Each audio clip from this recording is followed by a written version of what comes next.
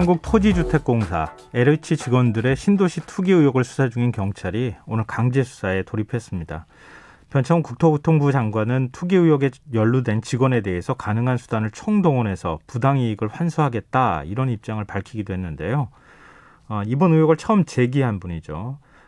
민주화를 위한 변호사 모임 민생경제위원장이신 김태근 변호사 연결해서 조금 더 자세한 얘기 나눠보도록 하겠습니다. 변호사님 안녕하십니까? 네, 안녕하세요. 김태근 변호사입니다. 네. 지금 국토교통부 장관 변창흠 장관이 국회 상임위에 출석해서 현재 그 조사 진행 방법과 또 앞으로 이제 그 조사 의지에 대해서 밝혔는데요. 여야 의원들이 한 목소리로 현재 정부 조사 방식으로는 차명 거래를 확인하기 어렵다 이렇게 지적을 했다고 합니다. 네. 진짜 그게 어려운 겁니까?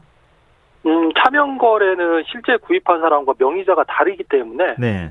실제 그 자금 거래를 추적하지 않는 한 확인하기 어렵고요. 예. 근데 지금 이 사건은 대체로 실명 거래한 사람이 많습니다. 근데 실명 거래한 사람만으로도 매우 많을 것이다라고 지금 추정하고 있습니다. 그래서 굳이 차명 거래부터 찾지 말고 일단 실명 거래부터 제대로 찾아놓고 그거에 대한 대책 마련이 우선이라고 생각을 합니다. 일단 실명 거래한 직원들부터 찾아내고 네. 그다음에 좀 더 한 발 더 들어가서 차명 거래까지 확인하는 이런 두 단계의 방식으로 진행하는 게 낫다 이런 말씀이신 거예요? 그렇습니다. 근데 지금 실명 거래한 직원들이 많다 이렇게 표현하셨는데 네. 기존에 그 LH 직원들의 명단이 나왔었잖아요. 물론 실명으로 나온 것은 아니지만 지금까지 확인된 현직 직원이 13명이지 않습니까? 근데 네. 더 많다는 건가요? 저희가 확인한 것만 해도 저희가 14명이었고요. 네. 근데 여기에 또 하나가 좀 숨겨 있는 게 전직이 있으세요. 예. 근데 LH공사는 또 전직을 또 본인 그 직원으로는 또 계산 안 하죠. 예. 전직이 있고요. 저희가 확인했던 건 하루 만에 확인했던 부분입니다. 그런데 이제 저희가 기자회견을 하게 된 이유가 뭐냐면 이 전수조사 필요성이 있는데 이걸 저희가 그 넓은 광명 시흥 신도시 땅을 다 저희가 전수조사를 할 수가 없는 거잖아요. 네. 이걸 저희가 하려면 등기부를 다 떼보고 등기부상 소유 명의자를 확인해서 그 사람을 또 LH 홈페이지에 들어가서 그 직원이 있는지 여부를 계속 확인하는 절차거든요. 근데 그거를 저희는 본업이 있는 변호사들입니다. 네. 근데 저희가 그 일을 할 수가 없어서 정부한테 그 공을 넘긴 거죠. 정부 전수조사를 해보라고. 네. 네. 근데 뭐 민변 쪽에서 보시기에는 지금 드러난 직원은 일부일 수도 있겠다. 훨씬 더 많은 직원들이 아마 땅을 샀을 것이다. 이렇게 지금 추정하고 계시는 거군요. 그렇습니다. 저희가 그 하루 만에 찾은 게 지금 10필지에 14분, 그리고 매매대금 100억 원, 그의 대출금 60억 원 낀 이런 투기였기 때문에 전수조사를 하면 현실적으로 더 많아질 수밖에 없다라고 강력하게 추정할 수 있습니다. 변창흠 장관은 광명 시흥 신도시를 본격 검토한 것은 올해 1월부터다 이렇게 밝혔거든요. 네네. 근데 LH 직원들이 그 땅을 사기 시작한 시점은 2017년 8월 30일부터예요. 네. 그래서 이제 작년 2월 28일까지 산 것으로 현재 확인된 직원들은 그렇거든요. 네네. 근데 이 선후 관계가 어떻게 됩니까? 이렇게 검토하는 건 내부 검토는 훨씬 더 이전부터 이루어진 거고 그걸 미리 직원들이 알았다 이렇게 봐야 되는 건가요?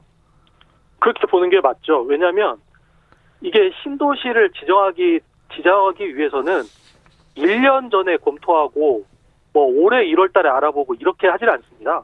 그러니까 3기 신도시를 알아보기 위해서는 2기 신도시 사업이 이미 토지 다 확정이 되면 이제 그 다음부터 3기 신도시도 후보지를 알아보겠다는 거예요. 만약을 대비해서. 네. 일단 서울시 수도권은 계속 이제 인구가 확장하는 국면이었으니까.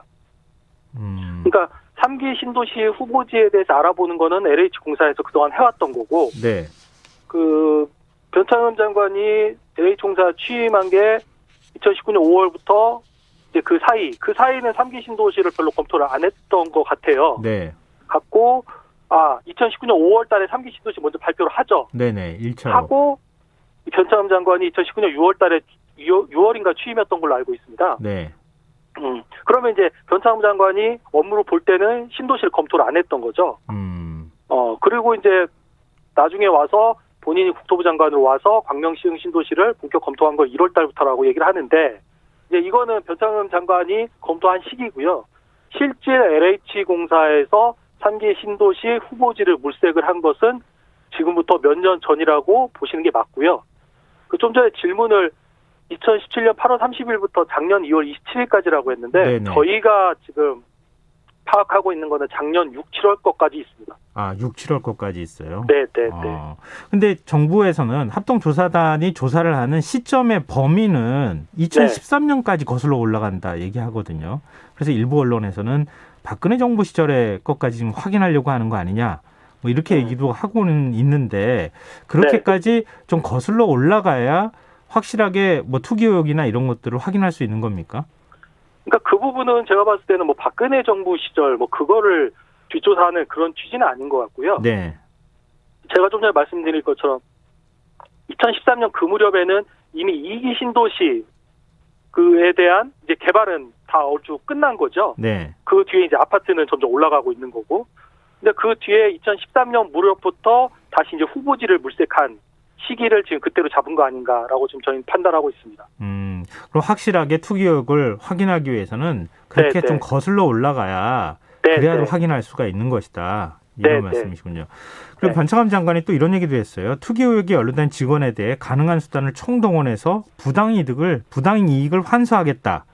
일종의 이제 부당이익 환수라는 게 좀 추상적인 개념이긴 하지만 토지를 몰수하거나 아니면은 뭐 일종의 이제 그 지역의 대토를 갖거나 아니면 분양권을 받을 수 있거나 이런 권리를 다 박탈하겠다 이런 의미로도 해석이 되거든요. 이게 가능합니까? 그 제가 세 가지로 좀 나눠서 말씀을 드릴 텐데 첫 번째, 공사 직원이 업무상 처리 중 알게 된 비밀을 이용해서 투기를 했으면 부패방지법 위반이 됩니다. 네. 그 두 번째, 공사 직원이 업무 처리 중 알게 된 비밀 아닌 정보를 이용을 해서 투기를 했으면 공공주택특별법 위반이 됩니다. 네. 그런데 둘 다 형사 범죄가 되기 때문에 이게 몰수가 가능해요. 가능한데 이제 세 번째가 문제인데 공사 직원이 본인의 업무와 무관하게 내부 정보를 이용해서 투기를 하면 이거는 공직자윤리법상 이해충돌 방지 의무 위반이 됩니다. 근데 이거에 대해서는 형사처벌 규정이 없습니다. 네. 단순 징계 사유가 되는 거예요. 네. 그러면 이제 좀 전에 제가 말씀드린 세 번째의 경우, 업무상 무관하게 내부 정보를 이용한 경우, 이제 이런 경우는 사실상 현행법상으로는 부당이득 환수 조항이 없어서 지금 이 경우에 어떻게 투기익을 환수할 것이냐가 지금 현재 가장 큰 쟁점이 되고 있습니다. 그런데 그것도 애매하지 않습니까? 업무 관련성이라고 하는 게 미리 정보를 얻었다고 하는 걸 확인하기 이거 쉽지 않은 거 아닌가요? 네, 실제로 그 수사기관에서 그걸 입증하기가 쉽지 않을 거고요. 이 담당 분들은 자기는 본인 업무와 관련해서 얻은 게 아니다. 이제 그런 걸 분명히 언급을 하실 거예요. 네. 내부 정보는 제가 봤을 때 분명한 것 같고 문제는 업무 관련성인데 업무 관련성에 대해서 수사기관이 뭔가 이렇게 그쪽 내부 그분들 사이에 내부 고발자의 진술을 얻지 않는 한 증거를 확보하기에는 매우 어려울 것으로 지금 현재 추정하고 있습니다. 근데 오늘 경찰이 강제 수사에 들어가지 않았습니까? LH 네. 본사도 압수수색 들어가고 그다음에 네. 투기 의혹을 받고 있는 직원들의 집까지 압수를 했는데 네. 지금 바로 혐의를 입증할 증거를 찾는 게 말씀하셨던 그런 부분 아니겠어요? 그렇습니다. 근데 어느 부분을 좀 집중적으로 들여다볼까요? 지금 사실은 증거인멸을 하려면 얼마든지 했을 것이다. 뭐 이렇게 너무 강제 수사를 늦게 들어간 거 아니냐 이런 지적도 있고 그다음에 뭐 그 사용하던 PC나 이런 것들을 확인하는 수준 가지고는 그렇게 업무 관련성까지 확인할 수 있겠느냐 이런 의문을 갖는 목소리도 나오거든요. 그러니까 업무 관련성은 사실상 이제 PC 또는 이제 휴대폰인데 네. 휴대폰으로 알 수 있는데 이거를 저희가 이 강제 수사에 제한을 하면 이게 매우 좀 좁게 보게 되는 거고요. 이 사건을 저는 좀 그렇게 보시면 좋겠습니다. 이 사건은 1970년대 강남 신도시 개발에서부터 시작이 됩니다. 그때부터 공직자의 이 부동산 투기가 계속되는데 그게 지난 1990년 1기 신도시 그리고 2000년대 2기 신도시 지금 3기 신도시까지 계속되는 거거든요. 네. 그래서 이런 공직자의 부동산 투기 구조를 어떻게 개혁해낼 것인가가 중요하고요. 이걸 하기 위해서 지금 현재 전수조사, 그리고 두 번째 강제수사, 세 번째 감사원의 감사, 네 번째 이 모든 결과를 포함해서 국회가 이 공직자의 부동산 투기 구조를 어떻게 바꿔낼 것인가 그게 지금 중요하고요. 네. 지금 강제 수사는 저희가 지난주 화요일 날 처음으로 기자회견하고 그 다음 날 그 경찰청에 가서 참고인 진술을 받고 그 다음에 그 진술을 가지고 법원에 또 압수수색 영장 청구를 해야 돼요. 네. 그래서 뭐 시기적으로 그렇게 늦은 것은 늦다라고 보기는 어렵습니다. 아, 그럼 지금 이제 수사 주체와 관련돼 있는 문제도 뭐 야권에서 주장을 하는데요. 네, 경찰이 네. 아닌 검찰이 직접 수사해야 한다. 이런 주장에 대해서는 어떻게 보십니까? 그거는 별로 큰 의미는 없다고 생각을 해요. 이거는 뭐 검찰이 수사를 한들 경찰이 수사한들 그게 중요한 부분이 아니고요. 이 사건에 대한 핵심은 결국 그 업무 관련성이 없는 공사 직원에 대해서 투기 이익을 어떻게 환수할 건지. 그러니까 이분들한테 경제적 형사처벌을 받는 것보다 경제적 이익이 더 크면 이분들은 네. 경제적 이익을 선택하게 됩니다. 네. 결론은 이 투기 이익을 환수하는데 국회가 어떤 입법을 할 것인지 거기가 핵심입니다. 검찰 수사는 중요한 쟁점은 아닙니다. 네. 일단 정부 합동 조사를 통해서 현재 실명으로 투기한 그러니까 일단 땅을 산 직원들의 1차 조사를 하고 그다음에 네. 합동 수사를 통해 가지고 밝혀내고 그렇죠. 처벌하고 그 대안까지 만드는 작업까지 가야 된다. 이런 말씀이시군요. 그렇습니다. 근데 정부가 민변과 참여연대 LH 땅 투기 의혹 조사단에 참여해달라는 제안을 했는데 거절했다 이런 보도가 나왔어요. 이게 네. 사실입니까? 네, 사실입니다. 왜 거절하셨습니까? 그 사실 내부적인 논의가 있었어요. 일단 첫 번째는 우리가 지금 문제 제기를 한 이상 이 전수조사 결과가 제대로 됐는지 사후 검증에 참여해야 하지 않느냐라는 의견이 하나였고요. 네. 그 두 번째는 민변과 참여연대는 본질적으로 그 민주주의를 위한 권력 감시 단체인데 정부의 전수조사 결과에 민변과 참여연대가 들어가면 제대로 된 자료도 못 받고 들러리 설 염려도 있지 않느냐. 네. 그러니까 이제 두 가지 계속 논의가 있었는데 결론은 시민단체가 정부의 전수조사 절차에 직접 관여하는 건 적절치 않다라는 의견이 많았고요. 네. 그리고 그에 따라서 좀 참여를 거절한 것으로 저는 알고 있습니다. 시민사회 사회의 어떤 중립성 이런 부분도 있으니까요. 네. 근데 이것도 한번 좀 여쭤보고 싶은데요. LH 쪽에 네. 시민단체에서 사실 확인을 요청하거나 네. 이런 것들을 요구를 했는데 LH 측은 뭐 전혀 그런데 협조를 하지 않는다고요? 저희가 요청한 적은 없고요. 예. 왜냐하면 저희가 LH한테 그걸 뭐 요구할 권한은 없으니까, 권리는 없으니까 요청한 적은 없고요. 언론사 기자분들이 저희는 1차 기자회견 한 다음에 전수조사 뭐 더 이상 조사는 안 하고 있습니다. 근데 이제 언론사 기자분들이 몇 개의 지금 언론사에서 실제 전수조사 하고 계세요.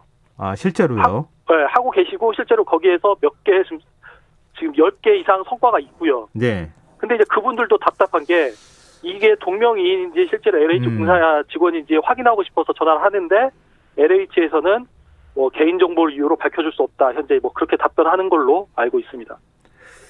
굉장히 소극적인 태도 아니냐 뭐 이렇게 또 비판의 목소리가 나오고 있기도 하더라고요. 근데 제가 봤을 때는 어차피 목요일날 전수조사 결과가 나오기 때문에 네.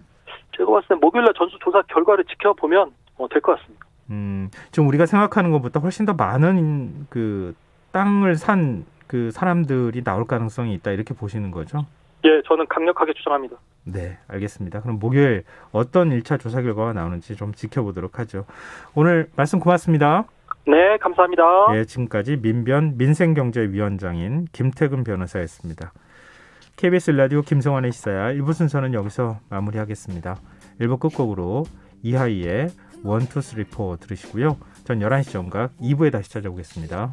아직도 내가 네 거라는 착각은 그만 예전에 그땐 내가 아냐 아침이 밝는 소리에 고춘 점 마치 폈는데 여전히 정신 못 차려 왜 I'm sick and tired 너의 위선에 어설픈 liar 이제 좀 꺼져줄래 I think I'm going crazy I think I'm going crazy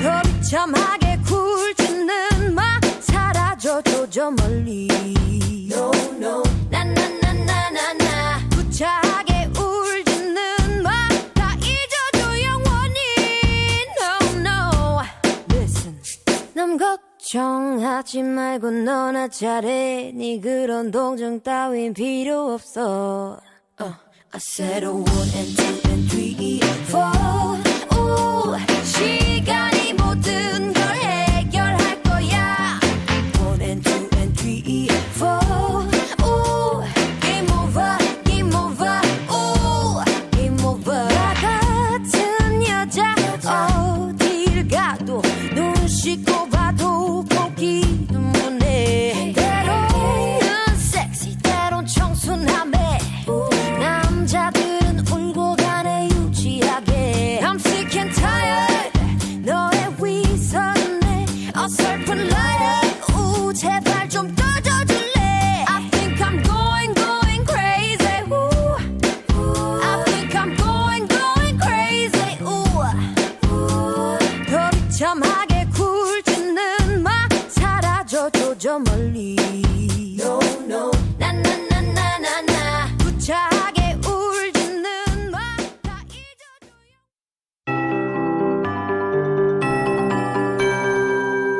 KBS 58분 날씨.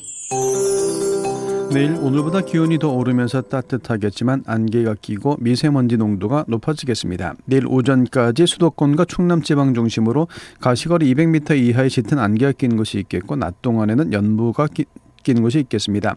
미세먼지 농도도 중서부와 광주, 전북 등 서쪽 지역 중심으로 나쁨이 예상됩니다. 내일 고기압의 영향을 받겠습니다. 전국이 대체로 맑겠지만 동해안과 제주도는 가끔 구름이 많겠고 경북 동해안은 오전에 산발적으로 빗방울 떨어지는 곳이 있겠습니다. 경상도 해안지방 바람이 약간 강하게 불겠습니다. 모레는